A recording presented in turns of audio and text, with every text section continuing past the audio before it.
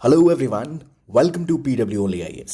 स्वागत है आपका 19 फरवरी के एडिटोरियल डिस्कशन में। आज के इंपॉर्टेंट आर्टिकल्स हम डिस्कस करेंगे, जहां कुछ बहुत डिटेल्ड और इंपॉर्टेंट टॉपिक्स डिस्कस करेंगे हम। पहला टॉपिक होगा कॉन्स्टिट्यूशनल मोरालिटी के बारे में, कि क्या इसका रोल है, क्या इसकी इंपॉर्टेंस है और कैसे ये एक बड़ा रोल प्ले करता है किसी भी स्टेट के एग्जिस्टेंस में। पॉलिटी के हिसाब से बहुत इंपॉर्टेंट आर्टिकल है।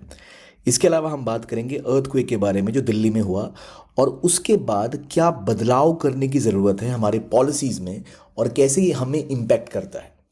और एक आर्टिकल बात करेगा चीफ इलेक्शन कमिश्नर के इलेक्शन के बारे में। जो नए चीफ इलेक्शन कमिश्नर अपॉइंट हुए हैं उसको लेकर क्या कंट्रोवर्सी है, जो पहले चीफ इलेक्शन कमीशन है जो नए लॉ के हिसाब से बने हैं और उनकी अपॉइंटमेंट में क्या विवाद है, ये हम डिस्कस करेंगे इस आर्टिकल में। तो चलिए शुरू करते हैं आज की इंपॉर्टेंट डिस्कशन। सबसे पहला आर्टिकल बात करेगा कॉन्स्टिट्यूशनल मोरालिटी के बारे में। अब आपके अंदर मन में पहले क्लैरिटी होनी चाहिए कि टॉपिक क्यों इंपॉर्टेंट है। अगर आप जीएस पेपर 2 को देखें तो वहाँ पर कॉन्स्टिट्यूशन सबसे इंपॉर्टेंट टॉपिक है पॉलिटी का, और कॉन्स्टिट्यूशन को समझने के लिए, कॉन्स्टिट्यूशन कैसे ऑपरेट करता है, हमें कॉन्स्टिट्यूशनल मोरालिटी के बारे में पता होना चाहिए। ये एक ऐसी चीज़ है जिसके बारे में B.R. अम्बेडकर ने जो पहली स्पीच दी थी ड्राफ्टिंग कमेटी के बाद, जब कॉन्स्टिट्यूशन अडॉप्ट होने वाला था, वहाँ पर भी उन्होंने इसके बारे में बोला था। तो एक बहुत इंपॉर्टेंट कॉन्सेप्ट है और इसका एक ऑरिजिन है। इसके बारे में बहुत सी डिबेट्स हैं, बहुत से अलग अलग एस्पेक्ट्स हैं, पर क्या इसकी रेलेवेंस है, ये आर्टिकल इसकी बात करता है। तो ये समझना ज़रूरी है, ऐसे के पर्सपेक्टिव से भी और पॉलिटी के पर्सपेक्टिव से भी। तो सबसे पहली बात, ये आर्टिकल किस बारे में बात कर रहा है। यहाँ पर बात की गई है कि कैसे हाल के समय में जब कोर्ट्स ने डिसीजन दिए हैं तो वहाँ पर उन्होंने कॉन्स्टिट्यूशनल मोरालिटी की बात की। अब खुद यहाँ पर इसको बोला गया कि इट्स अ पॉलीसेमस कॉन्सेप्ट, यानी एक ऐसा कॉन्सेप्ट है जो क्लियर नहीं है, एम्बिगियस है। तो क्या होती है कॉन्स्टिट्यूशनल मोरालिटी, तो एक बेसिक इंट्रो इसका देखते हैं। देखिए, जब आप बात करें ना किसी भी चीज़ की, तो मान लो मैं बता रहा हूँ कॉन्स्टिट्यूशनल मोरालिटी। कॉन्स्टिट्यूशनल मोरालिटी असल में बात करती है कि किसी भी देश में मान लो स्टेट को ऑपरेट करना होता है, तो स्टेट कैसे ऑपरेट करेगा, उसके लिए आपके पास एक रूल बुक होती है एक तरह से। वो रूल बुक क्या होती है, वो होता है आपका कॉन्स्टिट्यूशन, कि कैसे देश को गवर्न किया जाएगा, क्या उसके बेसिक प्रिंसिपल्स होंगे, ये डिफाइन करेगा कॉन्स्टिट्यूशन। लेकिन क्या जो कॉन्स्टिट्यूशन में लिखा हुआ है, क्या आप सिर्फ उसी के हिसाब से चलोगे, या समय के साथ कॉन्स्टिट्यूशन और जो वैल्यूज होती हैं वो किसी भी सोसाइटी की चेंज होती है। भारत का क्या कॉन्स्टिट्यूशन एक स्टैटिक डॉक्यूमेंट है या एक लिविंग डॉक्यूमेंट है? तो हम कहते हैं कि हमारा संविधान जो है वो एक लिविंग डॉक्यूमेंट है, जो समय के साथ, परिस्थितियों के साथ ही और ज़्यादा, जिसे कह सकते हैं, डीपन होता जाता है और ज़्यादा मेच्योर होता जाता है।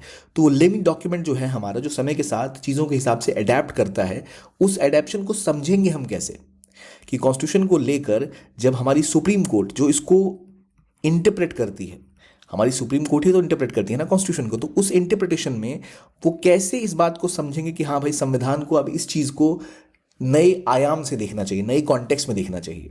तो वो जो सेंस ऑफ फीलिंग होती है, वो जो सेंस ऑफ अंडरस्टैंडिंग होती है बिहाइंड द कोर फिलॉसफी, कि इसकी कोर वैल्यूज़ क्या है, कोर फिलॉसफी क्या है हमारे संविधान की, कोर फिलॉसफी और कोर वैल्यूज़ जो होते हैं संविधान के, और वो जो एस्पेक्ट जिन पर आपका संविधान बना होता है, यानी जो उसके बिल्डिंग ब्लॉक्स होते हैं, वो कहलाती है। और उन चीज़ों को फॉलो करना, वो जो बिल्डिंग ब्लॉक्स हैं, उनकी जो आत्मा है, एक तरह की जो वैल्यू है जिस पर संविधान बेस्ड है, उसको फॉलो करना, उसको समझना और उसको आम जनता तक पहुंचाना, उसी को कहते हैं कॉन्स्टिट्यूशनल मोरालिटी।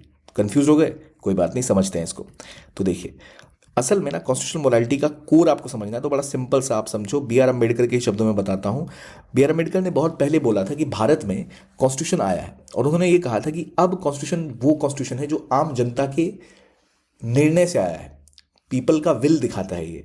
तो अब अगर आप कॉन्स्टिट्यूशन के खिलाफ जाते हैं तो आप लोगों के खिलाफ जा रहे हैं, जो एक हमारा सोशल कॉन्ट्रैक्ट है, यानी हम सब एग्री हुए तब जाके हमारे देश में संविधान बना, तो एक सोशल कॉन्ट्रैक्ट हुआ। लेकिन अब आप ये कहो कि हम संविधान को मानते ही नहीं है भाई, हम कुछ और करेंगे, तो आप कह रहे हो कि आप सोशल कॉन्ट्रैक्ट को नहीं मान रहे, जो गलत है। आपको संविधान को मानना पड़ेगा, और जो हमारा संविधान है उसकी जो कोर फीलिंग है और जिसका कोर वैल्यू सिस्टम है, वो भी आपको मानना होगा। और ये भारत का हर एक व्यक्ति माने, ये तभी हो पाएगा जब हमारे सोसाइटी में कॉन्स्टिट्यूशनल वैल्यूज डेवलप होंगी, कॉन्स्टिट्यूशनल मोरालिटी डेवलप होगी। हमारी मोरालिटी इस बात से नहीं आएगी क्या सही है क्या गलत है, बल्कि हमारी मोरालिटी इस बात से आ रही है कि जो हम बेसिस पर जो हम साथ आके हमने एग्रीमेंट साइन किया कि भाई हमारा देश एक तरीके से चलेगा जिसमें सबके पास राइट्स होंगे, अमीर गरीब बराबर होगा, जिसमें कि आप टैक्स पे करोगे, समाज का भला होगा, तो वहाँ कुछ चीज़ें ऐसी हो सकती है जिससे आप एग्री ना करो, कि आपको लगे गलत है। लेकिन वो जो आपके डिसएग्रीमेंट हो रहे हैं, किसी के साथ कोई डिसएग्रीमेंट आपका हो गया तो आप क्या करोगे भाई? आपसे किसी की बहस होगी तो क्या आप थप्पड़ मार दोगे उसको, या आप उनको गोली से उड़ा दोगे? ऐसा तो नहीं करोगे। आप एक प्रॉपर मैकेनिज्म फॉलो करोगे, यानी आप नियम के हिसाब से जो सिस्टम है उसको फॉलो करोगे। आप बोलोगे कि ठीक है मैं आपसे डिसएग्री कर रहा हूं, लेकिन डिसएग्रीमेंट को रिजॉल्व करने का जो तरीका है वो कॉन्स्टिट्यूशन में डिफाइन किया हुआ है, आप इस तरह से इसको रिजॉल्व करोगे। तो आप फॉलो तो मैकेनिज्म को करोगे ना, आप कोर्ट जाओगे, पुलिस के पास जाओगे, या फिर अगर कोई ऐसी बात बोल रहा है जिससे आप सहमत नहीं हो पर वो भी इस देश का नागरिक है, उस व्यक्ति के पास भी अधिकार है कि वो ऐसा बोल सकते हैं। तो वो जो कोर वैल्यू है कि हाँ भाई आपके पास भी freedom of speech and expression है, मेरे पास भी है, we might agree to disagree, ये जो फीलिंग है ना एग्री टू डिसएग्री, ये कहाँ से आती है? अगर आप रजवाड़ों में रहते तो वो कहते भाई राजा साहब ने बोला है तो हमें एग्री करना पड़ेगा, नहीं एग्री करोगे तो राजा साहब आपकी जान ले सकते हैं। तो एग्री टू डिसएग्री वाला जो कॉन्सेप्ट है क्या है ये? क्योंकि यहाँ कोई राजा नहीं, कोई रंग नहीं, सब बराबर है। तो ये जब फीलिंग आम जन तक पहुंच जाएगी तब हम कहेंगे कि हाँ हमारे देश के आम लोगों के अंदर भी कॉन्स्टिट्यूशनल मोरालिटी है, वो कॉन्स्टिट्यूशनल एस्पेक्ट को मानते हैं जिसके बेसिस पर हमारा संविधान बना है, जो उसके पीछे की वैल्यूज़ हैं उसको हम समझते हैं। तो जब उस वैल्यूज़ को हम समझ रहे हैं कि समय के साथ हमारे बीच में मतभेद हो सकता है, पर मतभेद को हम रिजॉल्व भी करेंगे बाय अ मैकेनिज्म जो कॉन्स्टिट्यूशन द्वारा तय किया गया है, तो वहाँ आम जनता समझ गई कि हाँ भाई एक सिस्टम है जिसको हम फॉलो करेंगे। एक तो एस्पेक्ट ये हो गया। अब दूसरा एस्पेक्ट है कि भाई एक आम जनता की चीज़ें पहुंच गई, कॉन्स्टिट्यूशन मोरालिटी बेसिक सिटीजन तक पहुंच रही है। दूसरा बात यह है कि जब सुप्रीम कोर्ट किसी चीज़ को डिसाइफर कर रही है, किसी लॉ को देख रही है, लॉ बदल रहे हैं, चेंज हो रहे हैं, तो वहाँ सुप्रीम कोर्ट जब चीज़ों को इंटरप्रेट करती है तो वो भी ध्यान देती है कि भाई कॉन्स्टिट्यूशनल मोरालिटी क्या कहती है। हो सकता है कि एक समय में इंडिया में एक व्यक्ति जो मान लो थर्ड जेंडर का है, या फिर एक ऐसा व्यक्ति मान लो जो होमोसेक्सुअल है, एक समय में इंडिया में होमोसेक्सुअलिटी एक क्राइम थी, आज वो क्राइम नहीं है। वो क्यों आज क्राइम नहीं है? क्योंकि आपने देखा कि कॉन्स्टिट्यूशनल मोरालिटी क्या है, आपका कॉन्स्टिट्यूशन का कोर क्या है? कॉन्स्टिट्यूशन का कोर है इक्वालिटी, ह्यूमैनिटी, ठीक है, फ्रीडम। तो उसके हिसाब से एक वैसा जीवन शैली अगर कोई जीना चाहे अपनी प्रेफरेंस के हिसाब से तो जी सकता है। तो वो जो इंटरप्रेट किया गया वो कॉन्स्टिट्यूशनल मोरालिटी को ध्यान में रखते के किया गया एक इंटरप्रिटेशन है, इसलिए इसे कहेंगे हाँ अब हमारी कोर्ट्स भी कॉन्स्टिट्यूशनल मोरालिटी के हिसाब से कॉन्स्टिट्यूशन को इंटरप्रेट करती है। तो यहाँ इस आर्टिकल में इसी के बारे में बात की गई है कि हमारा जो संविधान है वो बिल्कुल एक डेंजरस तरीके से ना बन जाए, वो सुप्रीम कोर्ट या जो कॉन्स्टिट्यूशन को देखने वाले लोग हैं वो उसको इस तरह से ना इंटरप्रेट करें कि बिल्कुल संविधान में जो लिखा है बस वो लिखा है। नहीं, वो एक लिविंग डॉक्यूमेंट है। आपको कॉन्स्टिट्यूशन के जो राइटिंग है उसके बाद जो उसकी मैसेज है उसको भी समझना पड़ेगा। तो यहाँ पर बात की जैसे स्पेसिफिकली नवजोत सिंह जोहर केस, उसकी बात की गई कि आइडिया ऑफ जस्टिस जो हमारे संविधान में उसको समझना। तो जो डिबेट्स हैं, चाहे हम सेक्सुअल माइनॉरिटीज़ की बात करें, वुमेन एंट्री इनटू टेम्पल्स की बात करें, इन सभी एस्पेक्ट पे जो एक नेशनल सिक्योरिटी और सिविल लिबर्टी के बीच की एक डिवाइड होता है, कितना आप एक्सप्रेस कर सकते हो अपने आप को और कितना नेशनल सिक्योरिटी को खतरा हो सकता है, इसके बीच का जो बैलेंस बनाना तो कैसे बनेगा? क्योंकि वो तो संविधान में लिखा नहीं है, तो कोर्ट कैसे उसको इंटरप्रेट करेगी? कोर्ट इंटरप्रेट करेगी ये समझते हैं कि भाई हमारा संविधान किस एस्पेक्ट में सोचता है, किस एस्पेक्ट में उसके मोरालिटी है, तो उसका ध्यान रखा जाएगा। अब ये कॉन्सेप्ट जो डेवलप हुआ, तो ये कॉन्सेप्ट आया कहाँ से? तो ये जॉर्ज ग्रोट असल में जो व्यक्ति हैं वो पहले इसकी बात करते हैं। तो एक जॉर्ज ग्रोट, कॉन्स्टिट्यूशनल मोरालिटी की बात आई तो वहाँ पर जॉर्ज ग्रोट की बात आती है, जिन्होंने इस कॉन्सेप्ट को सबसे पहले बताया था कि भाई भारत की तो बात नहीं है, ये ब्रिटेन की बात है। तो उन्होंने ये दिखाने के लिए इस कॉन्स्टिट्यूशनल मोरालिटी शोकेस की थी कि कैसे जो ग्रीक अंपायर थी, जो ग्रीस में जब डेमोक्रेसी थी तो कैसे अच्छी डेमोक्रेसी थी और कैसे वहाँ के लोगों के बीच में भी अवेयरनेस थी अबाउट कॉन्स्टिट्यूशनल मोरालिटी, इसलिए वो सिस्टम बहुत बेहतर था। जो लोग क्रिटिसाइज करते हैं उसको, उसके खिलाफ उन्होंने पूरी किताब लिखी थी और उसमें कॉन्स्टिट्यूशनल मोरालिटी को डिटेल में डिस्कस किया था। और ग्रोटे की इस बात को इवन बी आर अम्बेडकर ने भी कोट किया है डिबेट्स में भी। तो इसलिए ये एक इम्पॉर्टेंट फीचर है जिसके तहत आप कह सकते हो कि भारत में संविधान और जो एथेंस और ग्रीस की जो डेमोक्रेसी थी उसके सेंटिमेंट को समझना। तो इन्होंने कहा था कि इस सेंटिमेंट को समझना सबसे इंपॉर्टेंट है, यानी सेंटिमेंट मतलब जो वैल्यूज़ है जो मैं आपको बता रहा था, और वही सेंटिमेंट को समझना होता है किसी देश की कॉन्स्टिट्यूशनल मोरालिटी को समझना। अगर हमारा देश सेकुलर नहीं होता, हमारा देश मान लो एक फंडामेंटलिस्ट देश होता जो एक धर्म को तवज्जो देता, तो हम तो उस धर्म की किताब के हिसाब से चलते हैं ना, धर्म क्या कहता है, जो धर्म की फीलिंग है उसको एक धार्मिक व्यक्ति समझेगा। एक कॉन्स्टिट्यूशन जो हमारे देश का, उसको हम कॉन्स्टिट्यूशन के हिसाब से समझेंगे, तो हमें जो कॉन्स्टिट्यूशन का प्रोसीजर है, जो उसका फॉर्म है, इसको समझना चाहिए। और ग्रोथ ने भी बोला था कि जो ड्राफ्टेड रूल्स होते हैं, प्रोसीजर्स होते हैं, वो काफ़ी नहीं है, क्योंकि संविधान बहुत लंबे समय से चलता है। उस संविधान को एग्जिस्ट करने के लिए उस नियमों को उस रिटन डॉक्यूमेंट के आगे लाके सोचना होता है, जो मैं आपको ऑलरेडी समझा चुका हूँ। यही बात की गई है कि ये तभी हो पाएगा जब सिटीजन के अंदर भी ये फीलिंग आए कि हाँ भाई, संविधान में जो लिखा है वो सही है और हम उससे एग्री करते हैं। तो अगर हमारे बीच का कोई डिस्प्यूट है, हमारे कुछ मतभेद है, तो हम उसी नियम का पालन करेंगे जो संविधान में लिखा गया है, क्योंकि उस नियम अच्छे हैं, सही हैं, राइचियस हैं, तभी जाकर आप उसको मानेंगे। अब जैसे बी आर अम्बेडकर ने बहुत एक खास बात कही थी कि भारत में और खैर बी आर अम्बेडकर की डेथ तो बहुत जल्दी हो गई थी, संविधान बनने के कुछ सालों बाद ही। बड़े लीडर्स जितने थे हमारे, वो सब जा चुके थे। पर आज तक अगर आप देखो, दुनिया में किसी भी देश में जो रिवोल्यूशन हुआ है वो किसने किया है? कई जो देशों में डेमोक्रेसीज आई, कई देशों में लोगों ने विद्रोह कर दिया संविधान के खिलाफ। भारत में कभी विद्रोह नहीं होता कॉन्स्टिट्यूशन के खिलाफ। उल्टा भारत का वो तबका जो सबसे मार्जिनलाइज्ड है, वो कॉन्स्टिट्यूशन को डिफेंड करता है कि नहीं भाई, आप कॉन्स्टिट्यूशन को नहीं बदल सकते। कैसे बदलोगे, हम देखेंगे। ये दिखाता है कि जो भारत का कॉन्स्टिट्यूशन है, वो जो मार्जिनलाइज सेक्शन है इंडिया का, उसको रिप्रेजेंट करता है। और वो भी इस बात को समझते हैं कि कितना ये एक बेहतर डॉक्यूमेंट है। तो इसीलिए ये बात की जाती है कि नेचुरल सेंटिमेंट बनना चाहिए आम जन तक कि भाई, हम जो संवैधानिक मोरालिटी है उसको मानेंगे। क्योंकि रिलीजियस मोरालिटी के साथ जो दिक्कत है, हम जिस मोरालिटी की बात करते हैं, एक होती है रिलीजियस मोरालिटी। रिलीजियस मोरालिटी मतलब आप धर्म के हिसाब से सोचते हो कि आपके धर्म में भी अच्छी बातें होती हैं, बिल्कुल होती हैं। पर रिलीजियस मोरालिटी में एक दिक्कत ये है कि कुछ रिलीजन्स में, लगभग सभी रिलीजन्स में, कुछ चीज़ें होती है कि भाई इससे आगे आप नहीं बढ़ सकते, आप ब्लास्फेमी नहीं कर सकते, ठीक है। आप हमारे इष्ट देव के खिलाफ नहीं बोल सकते, बोलोगे तो भाई आपने तो बहुत बड़ा गुनाह कर दिया। लेकिन वही ना, वो जो व्यक्ति हमेशा एक रिलीजियस मोरालिटी को मानेगा, तो वो किसी एक टेक्स्ट बुक या किसी एक टेस्टामेंट को मानने लग जाएगा वो व्यक्ति, और फिर वो उसी के हिसाब से सही और गलत को नापेगा। जबकि वो किताब या कोई भी चीज़ है जिसको आप फॉलो कर रहे हो, वो प्रोसीजर, वो सिस्टम और ट्रेडिशंस बहुत पहले लिखे गए हैं। तो सिस्टम जैसे जैसे इवॉल्व होता है, तो मोरालिटी को इवॉल्व होना ज़रूरी है। तो उसीलिए जो कॉन्स्टिट्यूशन की का जो मोरालिटी है, वो रीजन, लिबर्टी, जस्टिस, इसके ऊपर फोकस करता है। तो इसलिए कॉन्स्टिट्यूशनल लिबर्टी जो है वो आगे लेके जाती है हमें। और इसीलिए आज हम देखते हैं, जब फ्रीडम की हम बात करते हैं, सेल्फ रिस्ट्रेन हम जिसकी बात करते हैं, कि कॉन्स्टिट्यूशन में एक नियम है कि आप, फ्रीडम ऑफ स्पीच है आपके पास, फ्रीडम ऑफ एक्सप्रेशन है, लेकिन एक रिस्ट्रेन का भी एस्पेक्ट है। तो इसीलिए हम कहते हैं कि हमें कॉन्स्टिट्यूशनल मोरालिटी को एडहर करना पड़ेगा, तभी जाकर हम इस चीज़ को फॉलो कर सकेंगे। अब यहाँ पर एक और बात बहुत इंपॉर्टेंट है, that constitutional morality has to be non transactional. अब मैं आपसे पूछता हूँ, कॉन्स्टिट्यूशनल मोरालिटी नॉन ट्रांजेक्शनल होती है, इसका क्या मतलब है? जैसे मैंने बोला ना कि एक भारत का जो मार्जिनलाइज सेक्शन है, वो इसको सपोर्ट करता है, भारतीय संविधान को। लेकिन क्या इसका मतलब है जो एलिट है वो सपोर्ट नहीं करते? वो भी करते हैं, ठीक है। उन्होंने भी संविधान बदलने की कोशिश ऐसे नहीं की। संविधान बदलता है, हमेशा बदलता है, क्योंकि प्रोसीजर है उसको बदलने का, उसके थ्रू ही बदलता है वो। क्यों? क्योंकि मैं और आप ये मानते हैं कि हम इसलिए संविधान को नहीं मान रहे कि संविधान को मानेंगे तो हमें पर्सनल फायदा हो रहा है। हम इसलिए मान रहे हैं, एक पॉलिटिकल साइंस में कैंटियन नोशन है, हम इसलिए मान रहे हैं कि क्योंकि हमें पता है कि सबका भला इसी से हो सकता है।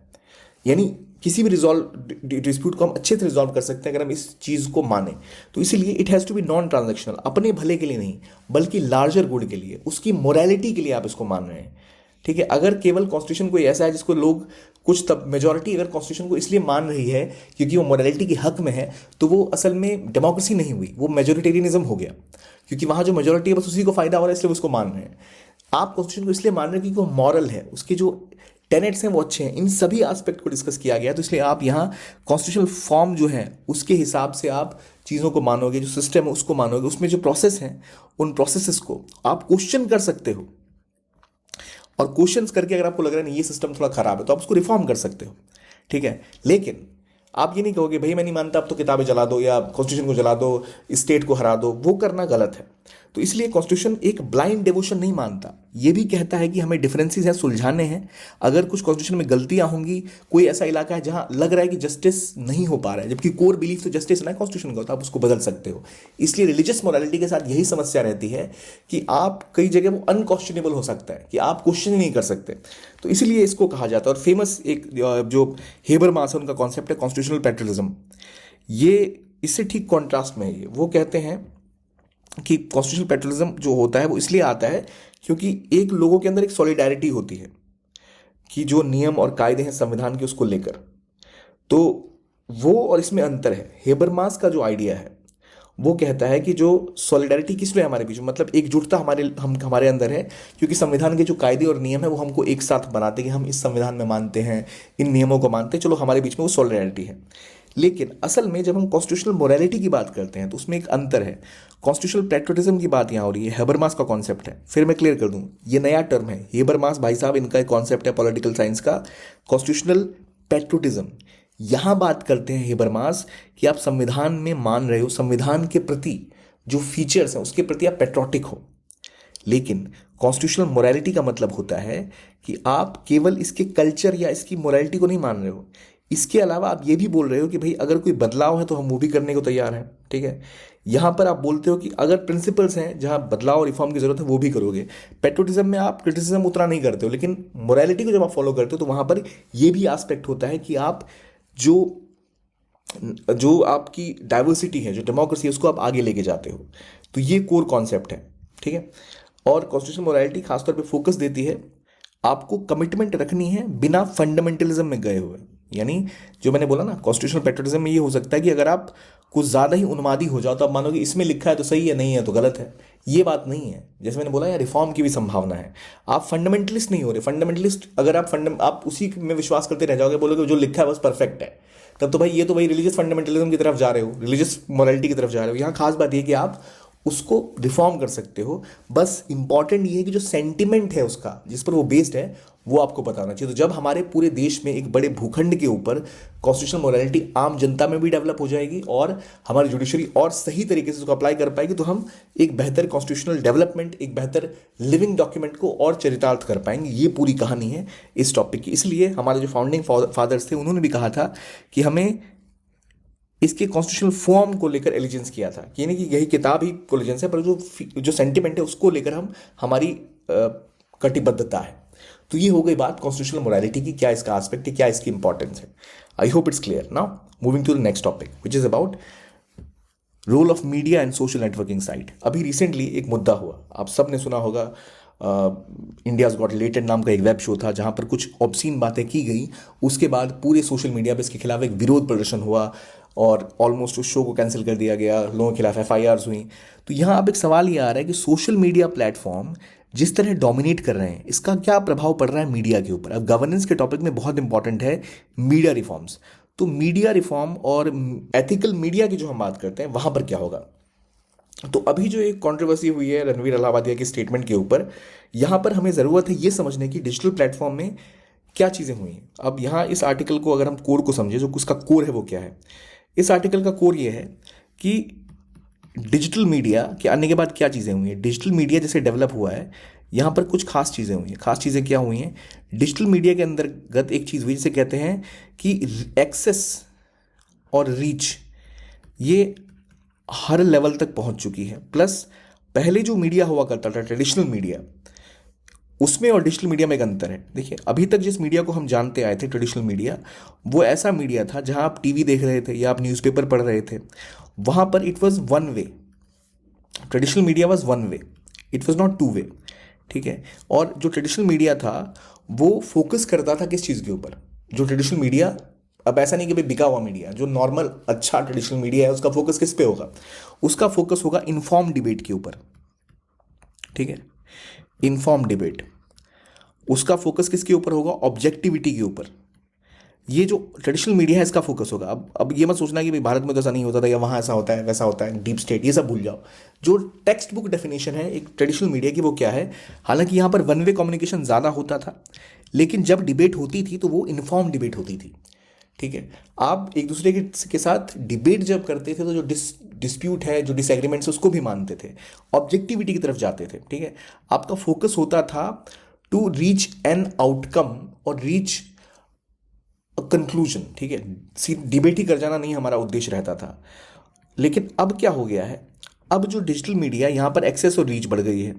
तो यहाँ क्या है, यहाँ पर एक फीडबैक लूप भी बन गया है जहाँ पर आप टू वे कम्युनिकेशन करते हो। तो बात तो अच्छी है, पहले एक तरफा बात होती थी, अब टू वे कम्युनिकेशन ज़्यादा इजीली हो पा रहा है। लेकिन ये टू वे कम्युनिकेशन होने की वजह से जो एक बड़ा डिस्प्यूट ये हो गया, जैसे इसी केस में आप देखो, हाय भगवान, उसने व्यक्ति ने ये बात बोल दी, कैसा बोल दिया, स्टेटमेंट क्यों दे दी, इतनी बड़ी बात बोल दी। और हम सबको पता है कि जो शब्द वहाँ बोले गए आम सड़कों पर आप भर भर के ऐसी गालियां सुनते हो जो उससे भी बदतर होती हैं, पर हमने उसको एक्सेप्ट कर लिया है। तो वो क्या है, वो दिखाता है कि भाई किस तरह से हमने चीज़ों को ये एक पार्लेंस में आ चुका है हमारे। वो डिस्प्यूट अब वहाँ पर कोई बोलने वाला नहीं है। जब सोशल मीडिया पे डिबेट होती है तो कोई बस एक इको इको चैम्बर सा क्रिएट हो जाता है। तो वो इको चैम्बर क्रिएट होना और वो इन्फॉर्म डिबेट ना होकर एक मतलब just debate for the sake of debate होती चली जाती है। ठीक है, उसका एक ही एम हो जाता है लिंचिंग, डिजिटल लिंचिंग या क्रिटिसाइज करना। तो ये गलत नहीं है पूरी तरह से, लेकिन इसकी कमी है ये। तो जब आज के टाइम में हमारी जो ट्रेडिशनल मीडिया है वो भी डिजिटल मीडिया की तरह होती जा रही है, जो हमारे न्यूज़पेपर्स हैं, जो हमारा न्यूज़ चैनल्स हैं, वो भी सोशल मीडिया पैटर्न को फॉलो करने लग गए कि भाई कहाँ पे बात हो रही है। अब जो है दिक्कत ये आ गई है कि ट्रेडिशनल मीडिया बढ़ रही है एक ऐसे सिस्टम की तरफ जहाँ पर traditional media is trying to gain relevance. तो अब इनको भी रेलेवेंट रहने के लिए उन्हीं जगहों पर या उन्हीं चीज़ों पे डिस्कस करना होता है जो सोशल मीडिया पे चल रही है। और इसी की वजह से जहां आपके देश में कई सारे बड़े बड़े मुद्दे हैं, जहां लोगों की जान जा रही है, जहां एक युद्ध की स्थिति बनी हुई है, जहां पॉलिसी में दिक्कतें हैं, जहां पोल्यूशन है, जहां क्राइम हो रहे हैं, अभी कितनी घटनाएं पिछले 2 दिनों में घटी होंगी देश भर में, वो साइड लाइन हो गई। तो क्यों ऐसा मीडिया कर रही है? क्योंकि मीडिया को दिख रहा है जहां बज़ है वो वहां जाने की कोशिश कर रहे हैं। तो ट्रेडिशनल मीडिया भी अपनी ऑब्जेक्टिविटी खोता दिख रहा है। वो इन्फॉर्म डिबेट की बजाय वो भी जहां पे डिस्कशन है, जहां आई बॉल्स है, उसको ग्रैब करना चाहता है। तो ये जो कमियां हैं डिजिटल मीडिया की, डिजिटल सोशल मीडिया की खासतौर पे, उससे बदलाव की ज़रूरत है। ज़रूरत है कि हमारी सोशल मीडिया प्लेटफॉर्म की तरह हमारी डिजिटल मीडिया ना बन जाए, हमारी जो ट्रेडिशनल मीडिया वो ना बन जाए। तो जो इंटरेक्टिव स्फेयर है, यानी इसमें क्या हो रहा है, यहाँ स्कोप ऑफ इंटरेक्शन है। तो ये जो स्कोप ऑफ इंटरेक्शन है इनके बीच में, इसकी वजह से अब जो हमारी ट्रेडिशनल मीडिया है वो भी सोशल मीडिया की ओर भागती रहती है। वो भी सोचती है कि जो वहाँ चल रहा है उसी को चलाएंगे। तो इसकी वजह से सच जो है वो पीछे खिसक जाता है। पोस्ट ट्रूथ वर्ल्ड में हम एंटर कर चुके हैं, जहाँ पर एंटरटेनमेंट अलग चीज़ हुआ करती थी एक समय में। एक होती थी एंटरटेनमेंट, ठीक है, एंटरटेनमेंट, और एक होती है इन्फॉर्मेशन, ठीक, और फिर एक होती है इन्फोटेनमेंट। अब इन्फोटेनमेंट बन चुका है सब कुछ, क्योंकि डिबेट नहीं हो रही है। आपको इन्फॉर्मेशन देने के समय भी ये भी उद्देश्य हो चुका है न्यूज़ चैनल्स का या मीडिया का कि वो आपको एंटरटेन भी करे। तो एक ही पॉइंट ऑफ टाइम पे आप एंटरटेन भी कर रहे हो और इन्फॉर्मेशन भी दे रहे हो, तो क्या आप किसी चीज़ को डिटेल में एनालाइज कर सकते हो? अगर मैं ये डिस्कशन करते टाइम ये सोचूं कि आपको बोरियत ना फील हो, 2 जोक मार देता हूँ, एक गाना सुना देता हूँ, तो फिर क्या एक गंभीर मुद्दे पर जो इंपॉर्टेंट आर्टिकल हम समझ सकते हैं? नहीं समझ सकते। Sometimes you need to be seriously informed about certain things, जो सोशल मीडिया में होना मुश्किल है। इसलिए आपको वहाँ पर ग्राफिक्स, प्रिंट मीडिया और इवन जो आपकी जो टीवी मीडिया है वो उस तरह के ग्राफिक्स और इमेजरी का इस्तेमाल करती है ताकि वो रिएक्शन आपसे ले सके, ताकि वो आपको हुक कर सके अपने शोज में, विच क्रिएट्स अ प्रॉब्लम। जहां पर आपको दिख रहा है कि कंप्लीटली जो आपकी ट्रेडिशनल मीडिया है वो सोशल मीडिया की तरफ खिंचती चली जा रही है। तो जो ट्रेडिशनल मीडिया को अब ढेर सारी दिक्कतें झेलनी पड़ रही हैं, तो वो सवाल आ रहा है कि अब इनकी एथिक्स का क्या होगा। तो यहां पर एक समस्या सबसे बड़ी ये हो चुकी है, जो अब इशू आ गया है मीडिया के साथ, वो issue of trust. Social media पे कोई कुछ भी बोल सकता है, कोई भी डिबेट हो सकती है। अब यूट्यूब खोलो, वहाँ पर पॉडकास्ट चल रहे हैं जहाँ पता नहीं कोई कुछ भी बोल रहा है और कोई भी कॉन्स्पिरेसी थ्योरी चल रही है। अब अगर आप कोई सोशल मीडिया खोलो तो हर कोई कहेगा भाई पानी मत पियो, ज़्यादा पानी पी लोगे बीमार पड़ जाओगे, ब्रेड खाओगे बीमार पड़ जाओगे। सारी चीज़ें गलत नहीं है, लेकिन हर एक चीज़ के ऊपर एक अलग थ्योरी बना के लोग बैठे हैं। तो आप क्या सबको मान लोगे सच? अगर आप मान लोगे तो भाई आप जी ही नहीं पाओगे। आप कदम रखोगे, आपको लगेगा भाई मैं यहाँ तो मेरी जान चली जाएगी इस चक्कर में। तो you need to filter that. But पहले क्या होता था, अखबार में नाम छप गया तो लोग अखबार की कटिंग काट के रख लेते थे, ठीक है। टीवी पे आगे लोग फोटो रख के रखते, भाई टीवी पे नाम आया है, एंड क्रेडिट्स में भी। तो वो था ट्रस्ट, वो था बिलीफ कि मीडिया में है तो मतलब सच होगा। क्या वो ट्रस्ट अब रहा है? नहीं रहा। तो सोशल मीडिया का अब जो दिक्कत ये है, we are seeing reduction in trust, क्योंकि जो अब मीडिया के फ्यूचर को लेकर सवाल उठ रहा है, उनको दिख रहा है कि इजीली एंगेजमेंट उनको कहाँ से मिल रही है, वहाँ शिफ्ट हो रहे हैं। तो अभी समय आ चुका है कि अगर जो ट्रस्ट उनको अपना बचाना है तो उनको अपनी नियमों को बदलना पड़ेगा, अपना फोकस चेंज करना पड़ेगा। तो अभी ज़रूरत आ चुकी है कि वो अपने स्टेक होल्डर्स जितने हैं वो आपस में डेलिब्रेट करें और ये समझें कि हमें चीज़ें बदलनी पड़ेंगी। अब कई लोग ये कहते हैं कि मीडिया ध्वस्त हो जाएगा, ख़त्म हो जाएगा, और जो भी है वो सोशल मीडिया और जो एक पब्लिक डिस्कोर्स है, पब्लिक डिस्कोर्स के थ्रू चीज़ें सामने आएंगी और पब्लिक डिस्कोर्स में जिसको तवज्जो दी जाएगी जिस चीज़ को, वही मेन मुद्दा बनेगा। लेकिन अगर ऐसा होता रहा तो पब्लिक डिस्कोर्स में तो हमेशा ऐसी चीज़ें जो सेंसेशनल है उसको प्रायोरिटी दी जाएगी, पॉलिसी डिस्कशन को प्रायोरिटी नहीं दी जाएगी, क्योंकि तो बोरियत भरी चीज़ है, वहाँ पढ़ना पड़ेगा। तो इन चीज़ों को क्यों लोग प्रायोरिटाइज करेंगे? यही वजह है कि कहा जाता है कि ऐसा नहीं कि हमेशा ऐसा होता रहेगा। एक फेमस ऑथर की उन्होंने बात की, उबर्टो इको, उन्होंने नॉवलिस्ट थे, कल्चरल क्रिटिक थे, उन्होंने कहा था ऐसी 3 इन्वेंशन है इंसानों की जो कभी बिल्कुल भी ऑब्लिटरेट नहीं हो पाएंगी। एक है पहिया, व्हील, एक चम्मच और एक किताब। ये कभी भी खत्म नहीं हो सकती। इनका शेप और डिज़ाइन बदल ज़रूर सकता है लेकिन ये हमेशा रेलेवेंट रहेंगे। तो यहाँ समय आ चुका है कि जब ट्रेडिशनल मीडिया है वो समझे कि क्या चैलेंजेस हैं और क्या अपॉर्चुनिटीज़ हैं इस मीडिया लैंडस्केप के बदलाव में। यानी जैसे दुनिया बदल रही है, मीडिया का इंटरेक्शन चेंज हो रहा है, तो जो हमने यहाँ देखा कि कैसे मीडिया, ये जो डिजिटल मीडिया के फ़ायदे हैं इसको अपने साथ जोड़ के ट्रेडिशनल मीडिया अपने आप को स्ट्रेंथन कर सकता है, अपने ट्रस्ट को भी इंश्योर कर सकता है, फीडबैक और इंटरेक्शन को भी अपने साथ जोड़ सकता है। अखबार में क्या था, पहले सरमन्स आते थे, एडिटोरियल लिखे जा रहे हैं। अब जनता क्या सोच रही है उससे मतलब नहीं है। अब ये ऑप्शन है जहां उनको जनता का भी एक मैसेज मिल सकता है। तो ज़रूरत यह है कि वो उसको अपने अप्रोच में ऐड करें और एथिकल मीडिया का रोल प्ले करें, ट्रांसफॉर्म करें अपने आप को, ना कि उस धारा में बह जाएं जहां पर सोशल मीडिया बह रही है। ठीक, तो इसलिए इंपॉर्टेंट है कि हमें मीडिया को अब इस एनवायरनमेंट में अपने आप को अडेप्ट करना पड़ेगा। तो कैसे अडेप्ट करेंगे? तो इसके लिए बात की गई है we need real time intervention and engagement. तो जो कम्युनिकेशन है अब डायनेमिक हो गई है, 2 वे कम्युनिकेशन हो गई है, लोग पर्सनल एक्सपीरियंस भी शोकेस कर सकते हैं। अब एक एग्जांपल से अर्थक्वेक आया, कुछ लोगों ने कहा हमने जिंदगी में से अर्थक्वेक नहीं देखा जो धरती हिली दिल्ली की। अब कुछ लोगों को ऐसा नहीं लग सकता है, मैं भी दिल्ली में था, मुझे पता भी नहीं चला अर्थक्वेक आया। तो वो उसे कहते हैं एनेक्डोटल एविडेंस। तो एनेक्डोट्स के बेसिस पर आप थ्योरी नहीं बना सकते, ठीक है, पर एनेक्डोट्स के हिसाब से आप रिपोर्टिंग जरूर कर सकते हो, हाँ यहाँ कुछ तगड़ा अर्थक्वेक आया है। सो इस तरह से अब इन्फ्लुएंस चेंज हो रहा है, लोगों के ओपिनियंस सामने आ रहे हैं। पर आपको 2 व्यक्ति के ओपिनियंस के हिसाब से ये नहीं सोच सकते आप कि हाँ यही हुआ होगा, क्योंकि होता ही है सोशल मीडिया पे एक एको चैम्बर बन जाता है। आप 2 पेज लाइक कर दो, आपको वही दिखाई देगा, वही सुनाई देगा जो आप सुनना चाहते हो। तो आप मान लेते हो यही सच है, जो सच नहीं होता। तो यहाँ मीडिया के पास एक अपॉर्चुनिटी है कि वो जो इंटरेक्शन है वहाँ दूसरी साइड को भी सामने रखे, वो वहाँ जो पर्सनल इंटरेक्शन है उससे बियॉन्ड जाकर इश्यूज़ की बात करें, ठीक है, अलग अलग एक्सपीरियंसेस की बात करें, जो इको चैम्बर्स उसको तोड़ने का रोल निभा सकती है हमारी मीडिया। तो जो पहले हमारी डिज़ायर थी कनेक्ट करने की अलग अलग इलाकों में लोगों से, वो हो रही है। आप पर्सनल एक्सपीरियंस शेयर कर सकते हो, गाइडेंस ले सकते हो, कंसर्न्स पे बातें कर सकते हो, अच्छी बातें हैं। लेकिन दिक्कत ये आ गई है कि अब टेक्नोलॉजिकल एडवांसमेंट की वजह से जो सोर्स ऑफ न्यूज़ है वो भी लोगों की चेंज हो गई। वो ट्रेडिशनल मीडिया की जगह किसी इन्फ्लुएंसर के ऊपर डिपेंड हो गए, या किसी जिसको फॉलो करते हैं उस पे ही निर्भर हो गए चीज़ों को लेकर। तो वो जो उनका जो ओपिनियन फॉर्म होगा वो केवल उस व्यक्ति के ओपिनियन पे निर्भर है। मैं जो सोच रहा हूँ जरूरी नहीं कि आप वैसा सोचें, लेकिन अगर आप साल भर सिर्फ मुझे सुनेंगे और मेरी बातें जानेंगे तो आप एक पॉइंट ऑफ टाइम के बाद मैं क्या सोचता हूँ उसका प्रभाव आपकी सोच पर भी पड़ने लगेगा। तो इसलिए ज़रूरी है कि इस समय में ऑडियंस को एक जहाँ कन्वीनियंस चाहिए उनको, कि भाई आपको मेहनत नहीं करनी पड़ती, आप 10 चैनल क्यों खोलोगे, 10 लोगों को क्यों सुनोगे? क्योंकि अगर आपको ऐसी न्यूज़ मिल रही है जो एंटरटेनमेंट के थ्रू मिल रही है तो आपके लिए आसान है उस न्यूज़ को ग्रैस्प करना, ठीक है। एक मतलब डिटेल में कोई थ्योरीज को बता रहा है, उसको समझना ज़्यादा कॉम्प्लिकेटेड है। तो मीडिया के लिए दिक्कत यहाँ बड़ी है कि उनको रेलेवेंट भी रहना है, कि भाई जनता सुने भी तो उनको, नहीं तो कोई बोरियत सी बात। दूरदर्शन को कोई नहीं सुनता था पहले, अभी भी वो खैर कम सुनते हैं। रेलेवेंट भी रहें और एंगेजिंग भी रहें, और इसके अलावा तीसरा पॉइंट है वो वहाँ पर ट्रूथफुल भी रहें, ऑब्जेक्टिव भी रहें, एंगेजिंग भी रहें और रेलेवेंट भी रहें।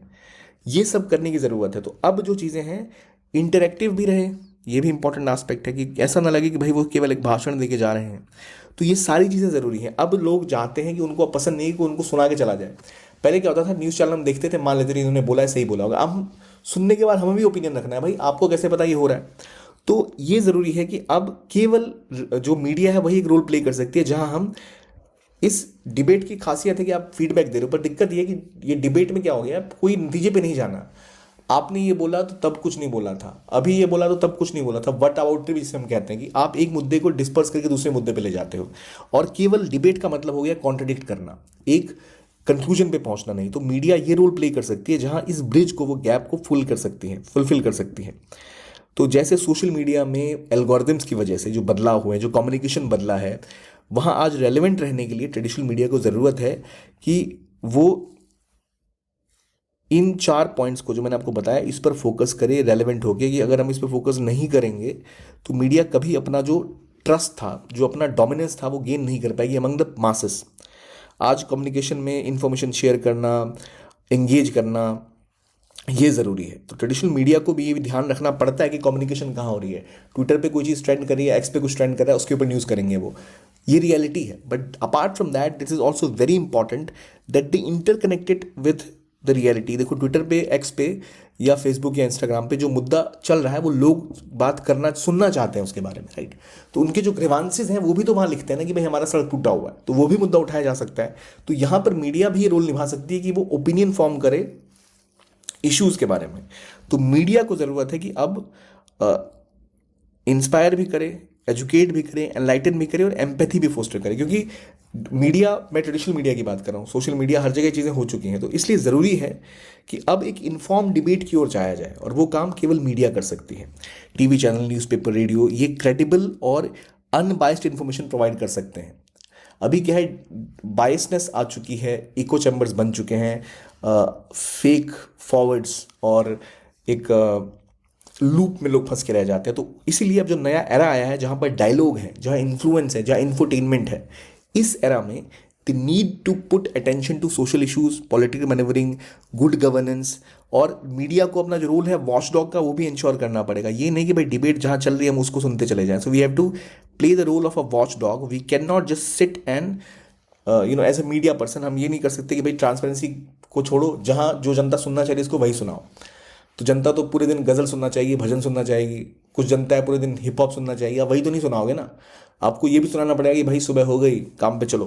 तो ये सारी चीज़ें हैं जहाँ मीडिया को as a watch dog, as an arbitrator, as an exposure of ills, society में जो दिक्कतें हैं उसको सामने रखने का काम जो करती है ये मीडिया, उससे वो पीछे नहीं हट सकते, उनमें उनको इन्वॉल्व होना ही पड़ेगा। हमारे पास कई ग्लोबल एग्जाम्पल हैं, जैसे वॉशिंगटन पोस्ट ने वाटरगेट स्कैंडल में इतनी तगड़ी रिपोर्टिंग की थी कि प्रेसिडेंट को रिजाइन करना पड़ा था।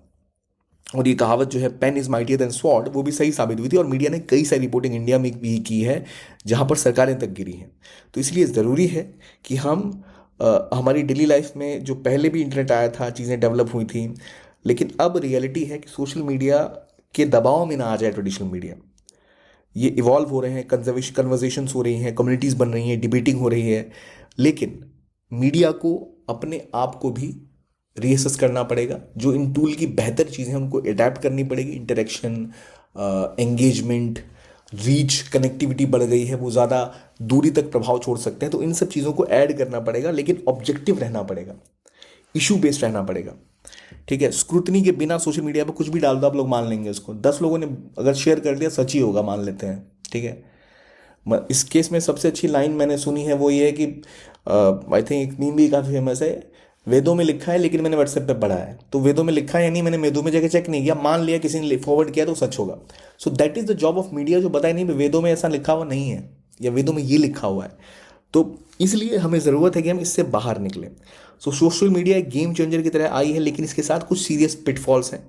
सो we need to go beyond this unending carnival of conversation. Author का कहना है कि भैया बातें ही करते रह जाओगे, या कुछ इसमें आप ये भी कोशिश करोगे कि जहाँ पे चेंजेस की ज़रूरत है, मार्जिनलाइज सेक्शन को आगे लाने की ज़रूरत है, उसकी भी बात करो, उन चीज़ों पर फोकस करो, तभी जाकर आप ट्रस्ट और चीज़ें डेवलप कर पाओगे, अन्यथा तो आप इन्हीं चक्करों में फंसे रह जाओगे।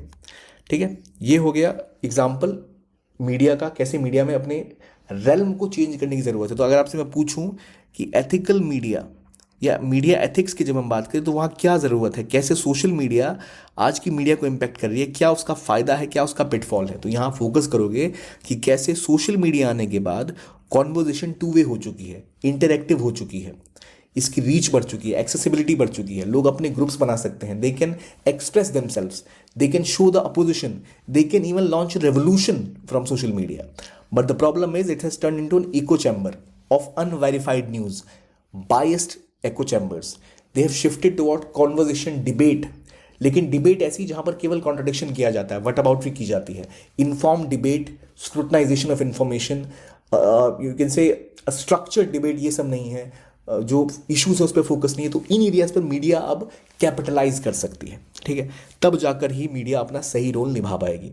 अब एक आर्टिकल और आया था अर्थक्वेक के बारे में, जहां बात की गई है कि इंडिया की सेस्मिक रेडीनेस क्या है, उस पर हमें ध्यान देने की ज़रूरत है। अब दिल्ली में भूकंप आया, इस अर्थक्वेक में पता चला कि इसका एपिसेंटर बिल्कुल इंडिया में ही था एक तरह से। और हमें याद आता है कि इतिहास में कुछ और बड़े अर्थक्वेक रिसेंटली हुए हैं, जैसे टर्की और सीरिया में एक बहुत बड़ा अर्थक्वेक आया था, जहां कई लोगों की जानें गई। उससे पहले नेपाल में एक अर्थक्वेक आया था जहाँ कई लोगों की जानें गई। अब हम सब एज स्टूडेंट्स इतना तो अवेयर है कि अर्थक्वेक क्यों आते हैं, कि हमें पता है कि धरती के आसपास ऐसी कई सारी 8 टेक्टोनिक प्लेट्स हैं, 15 मेजर टेक्टोनिक प्लेट्स हैं जहाँ पर जिनमें मूवमेंट होती है, जिसकी वजह से अर्थक्वेक आ जाते हैं। हमें पता है कि हिमालय कैसे बना, यूरेशियन प्लेट और इंडियन प्लेट टकराए आपस में तो वहाँ पर एक ऐसा फोल्ड माउंटेन्स बने जो हिमालय बन गए। तो हमें पता है सेस्मिक एक्टिविटीज़ होती रहती है, लेकिन अब सेस्मिक एक्टिविटी में बढ़ोतरी देखने को मिल रही है। और ये बढ़ोतरी का मतलब है समय के साथ ये चीज़ें और बढ़ेंगी। जैसे जैसे ये शिफ्ट हो रहा है, इंडियन प्लेट यूरेशियन प्लेट में जितना एंटर करने की कोशिश करेगी उतना हमें सेस्मिक एक्टिविटी बढ़ते दिखेंगी। इसीलिए कभी तिब्बत में, कभी पाकिस्तान में, कभी इंडिया में आपको अर्थक्वेक बढ़ते हुए दिखते हैं। तो इस आर्टिकल में प्राइमरी अर्थक्वेक के रीजंस के बारे में ज़्यादा बात नहीं की गई है। प्राइमरी बात ये की गई है कि कैसे जो टेक्टोनिक प्लेट्स हैं उनकी शिफ्टिंग की वजह से अर्थक्वेक आते हैं। ये आपको पता है आई होप कि अलग अलग प्लेट्स हैं, जब ये प्लेट्स मूव करती हैं थोड़ा थोड़ा हमेशा मूव कर रही हैं। इंडियन प्लेट तो यहाँ से आई है भाई चल के, अफ्रीका से टूट के हम यहाँ आए हैं और ये हम इस तरह से, और ये यूरेशियन प्लेट के साथ मिल रही है। तो इन जैसे दो यहाँ जब टकराए तो एक उभार हुआ जिसकी वजह से यहाँ पर हिमालय माउंटेन रेंज फॉर्म कर गई। लेकिन अब पॉइंट ये है कि सेस्मिक एक्टिविटी दोबारा बढ़ रही है क्योंकि प्रेशर इस प्लेट्स में दोबारा बढ़ रहा है। तो इसी की वजह से हम कंसिस्टेंटली देख रहे हैं कि अक्सर कई जगहों पर अर्थक्वेक बढ़ते हुए दिख रहे हैं। और इसीलिए ज़रूरत है कि हम अपने आपको प्रिपेयर करें। पर पॉइंट ये कि प्रिपेयर करेंगे कैसे? क्या हम इसको प्रेडिक्ट कर सकते हैं? तो हम इसको प्रेडिक्ट नहीं कर सकते। We are not in a position to stop it. और क्योंकि हमारे पास ऐसी साइंस और तकनीक अभी तक ऐसी डेवलप नहीं हुई है, तो हम फिर क्या कर सकते हैं? हम ये कर सकते हैं कि हम जो इसका इम्पैक्ट है उसको कम कर सकते हैं। इम्पैक्ट कम कैसे करेंगे? By ensuring preparedness. प्रिपेयर्डनेस का बेस्ट एग्जांपल अगर आपको देना है, आप देखिए जापान में इतने सारे, जापान में आप देखो तो अर्थक्वेक्स आते हैं बट वहाँ पर लोगों की जान बहुत कम जाती है because they are better prepared. तो डिजास्टर रिस्क को कम करना वो सीख चुके हैं। इंडिया में हम साइक्लोन्स को हैंडल करना सीख चुके हैं, जापान अर्थक्वेक्स को हैंडल करना सीख चुका है। तो क्या वो चीज़ें हम नहीं अडॉप्ट कर सकते? ज़रूरत है कि हम करें। अगर हम नहीं करेंगे तो हमें बहुत नुकसान होने वाला है। हम अगर पावर प्लांट ऐसी जगहों पे लगाएंगे जहाँ पर अर्थक्वेक प्रोन इलाका है, या हम ऐसी सड़कें बनाएंगे पहाड़ों के बीच से गुजरते हुए जो कि ऐसी जगह पर है जहाँ ऑलरेडी अर्थक्वेक आने की संभावना है, तो हम अपने लिए रिस्क बढ़ा रहे हैं। तो इसलिए बहुत इंपॉर्टेंट है कि हम चेंजेस करें। इस आर्टिकल में बात की गई कि पहले एडिटोरियल आया था adhering to already existing building codes, जहाँ बात की गई थी कि भारत में बिल्डिंग कोड्स हैं, उन बिल्डिंग कोड्स के हिसाब से हमारे जो अलग अलग अर्थक्वेक जोन्स के प्रॉक्सिमिटी के हिसाब से हमने बिल्डिंग कोड बनाए हैं, कहाँ पर कैसा घर बनना चाहिए। इन्होंने कहा है कि केवल आप उसको फॉलो करोगे तब भी काम नहीं चलने वाला। You need to go beyond that because it is not enough. We have to go beyond that क्योंकि सिस्टम इतना ज़्यादा तेज़ी से बदल रहा है, जो हमारी प्लेट्स हैं उनका और उनकी इंटरेक्शन का, that we have to go beyond that. ठीक है, तो ये चीज़ें और इवॉल्व करेंगी। इसलिए हमें ज़रूरत है कि हम प्रिकॉशनरी स्टेप्स अभी से लेना स्टार्ट करें, जिनमें हम फोकस करें कि हम कुछ कोर एस्पेक्ट पे फोकस करें कि भाई हम ये इंश्योर करें कि हमारी जो बिल्डिंग का इंफ्रास्ट्रक्चर है वो अर्थक्वेक को झेल सके, प्लस जो लोग रहते हैं उनके घर टूटते हैं, नुकसान होता है, उसकी भरपाई कैसे होगी। तो हमें वहाँ पर इंश्योरेंस पर भी काम करना चाहिए। तो इस आर्टिकल में 5-6 इंपॉर्टेंट पॉइंट डिस्कस किए गए हैं कि हमें क्या स्टेप लेने चाहिए। इन्होंने बोला है सबसे पहले rolling back engineering enterprises that weaken earth crust. वो जहाँ इंडिया का सेस्मिक जोन हाई है, 3, 4 या 5 का जोन जो आता है आपका, उन इलाकों में आपको बिल्कुल भी ऐसे हैवी इंजीनियरिंग प्रोजेक्ट्स को आगे नहीं बढ़ाने देना चाहिए। जैसे आप अगर मेजर हाइड्रो इलेक्ट्रिसिटी प्रोजेक्ट पे काम कर रहे हो या फिर ड्रिलिंग कर रहे हो जहाँ से आपकी अपर लेयर या अर्थ क्रस्ट को नुकसान हो सकता है। इवन आप इसमें हिमालयन रीजन की बात कर सकते हो जो ऑलरेडी सेंसिटिव इकोसिस्टम है, उस पर कमी करनी चाहिए। दूसरा, ऑलरेडी जो हमारा सेस्मिक जोनेशन मैप्स है जिसमें हमें सेस्मिक जोन हमें देखने को मिलते हैं, उनको और डिटेल में हमें स्टडी करना चाहिए। हमें प्रोटेक्शन प्लान के हिसाब से मैप बनाने पड़ेंगे जहाँ पर हम ये दिखा सकें कौन से स्ट्रक्चर हाईली वल्नरेबल हैं, कहाँ पर जो स्ट्रक्चर है उसमें रिस्क बहुत ज़्यादा है, जैसे हाइड्रो प्रोजेक्ट हो गए या एटॉमिक रिएक्टर्स हो गए। अगर एटॉमिक रिएक्टर के आसपास जो जोन 4 में यूपी में है, मान लो नरोरा वाला, ये जोन 4 में पड़ता है, अब यहाँ कोई एक्टिविटी सेस्मिक होती है तो एक न्यूक्लियर डिजास्टर भी हो सकता है। तो इन चीज़ों पर ध्यान रखना पड़ेगा। यानी अभी जो आपके एग्जिस्टिंग सेस्मिक जोनेशन मैप्स हैं, ठीक है, उसके हिसाब से आपको दोबारा बेहतर तरीके से एक प्लान बनाना पड़ेगा प्रोटेक्शन का, कि ऐसा इंफ्रास्ट्रक्चर जो ऑलरेडी बन चुका है उन इलाकों में जहाँ पर नुकसान या खतरा हो सकता है, उसके लिए आप क्या कर रहे हो। पहला तो आप ऐसे मेजर प्रोजेक्ट उन इलाकों पर करना छोड़ो जहाँ वल्नरेबिलिटी है। दूसरा, जो ऑलरेडी वल्नरेबल जोन में है उनके प्रोटेक्शन के लिए आप एडिशनल प्लान बनाओ। तीसरा, आप सिस्मिक बिल्डिंग इंश्योरेंस स्कीम लेके आओ। एक ऐसी स्कीम लेके आओ जिसके हिसाब से प्रीमियम दिया जाएगा कि अगर कोई कोलैप्स होता है तो क्या किया जाएगा, और इस तरह से इसको आप डेवलप करो ताकि लोगों को नुकसान कम हो। प्लस आपको एक असेसमेंट करनी पड़ेगी कि कितना रेस्क्यू, और लोग अगर कोई अर्थक्वेक आया, तो अर्थक्वेक आने के बाद वो तुरंत आता है और लोगों की ज़िंदगियां बर्बाद हो जाती हैं।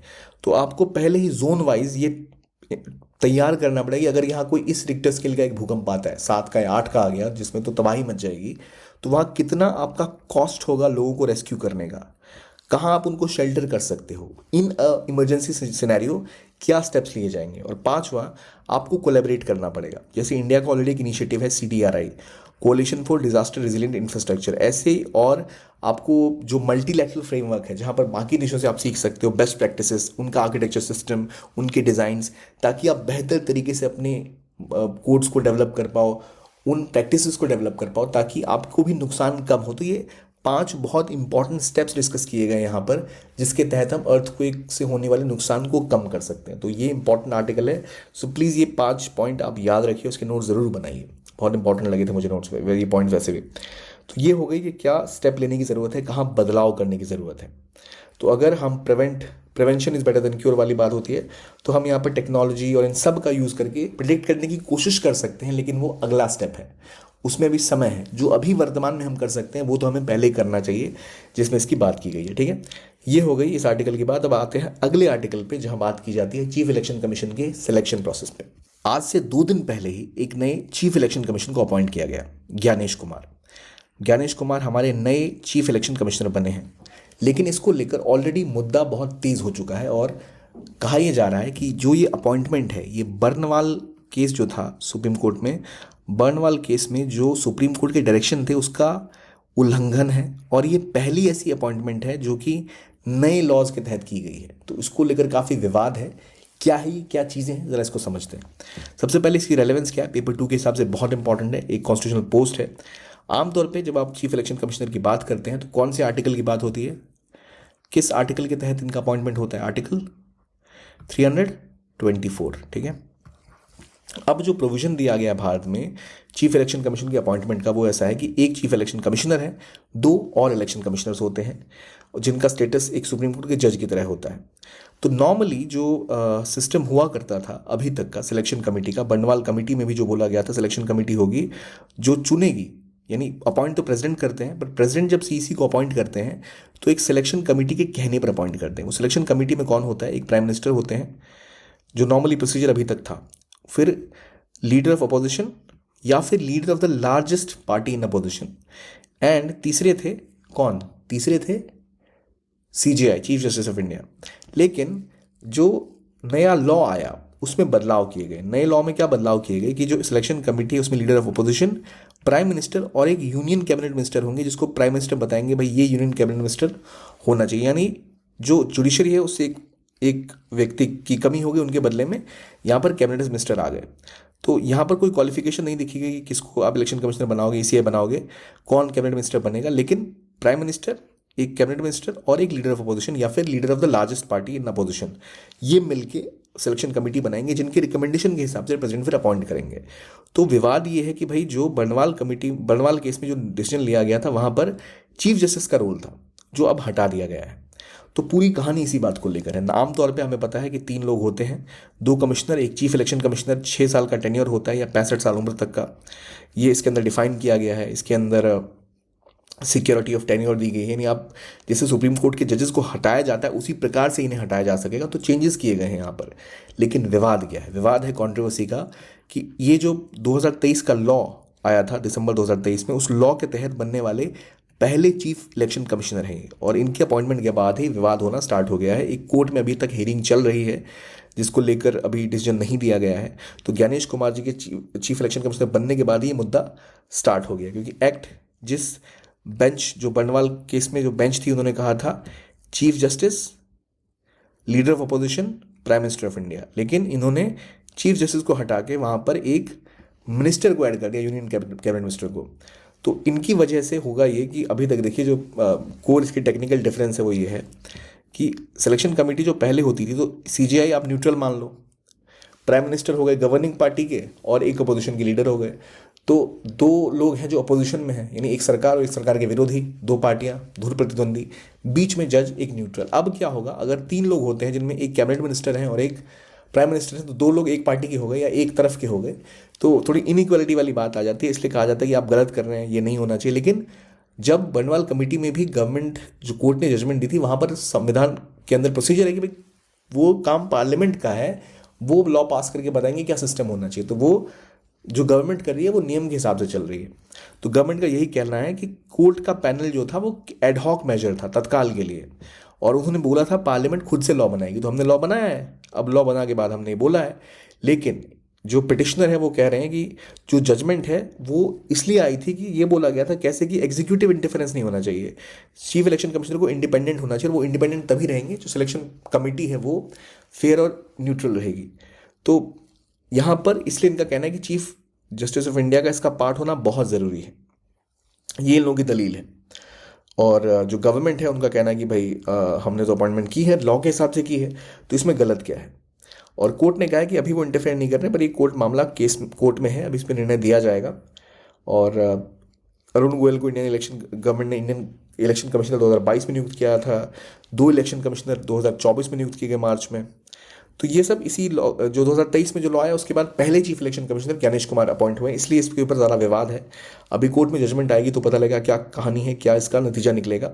लेकिन जो कोर फीलिंग है इसके पीछे ये कि इलेक्शन का प्रोसेस फ्री एंड फेयर हो, इसके लिए ज़रूरी है कि सिलेक्शन कमेटी न्यूट्रल रहे और वो फेयर तरीके से अपॉइंट करे, इसलिए लोग कोर्ट पहुंचे हैं।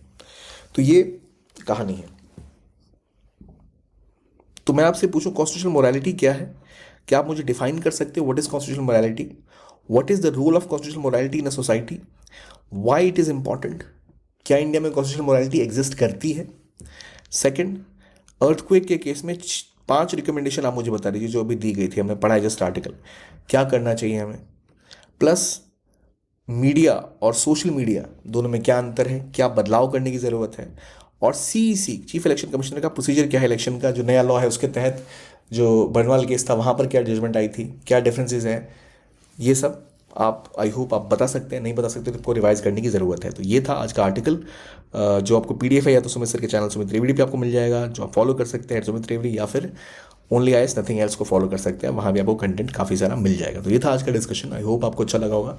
देखने के लिए धन्यवाद। Keep on watching PW only IAS and have a very nice day.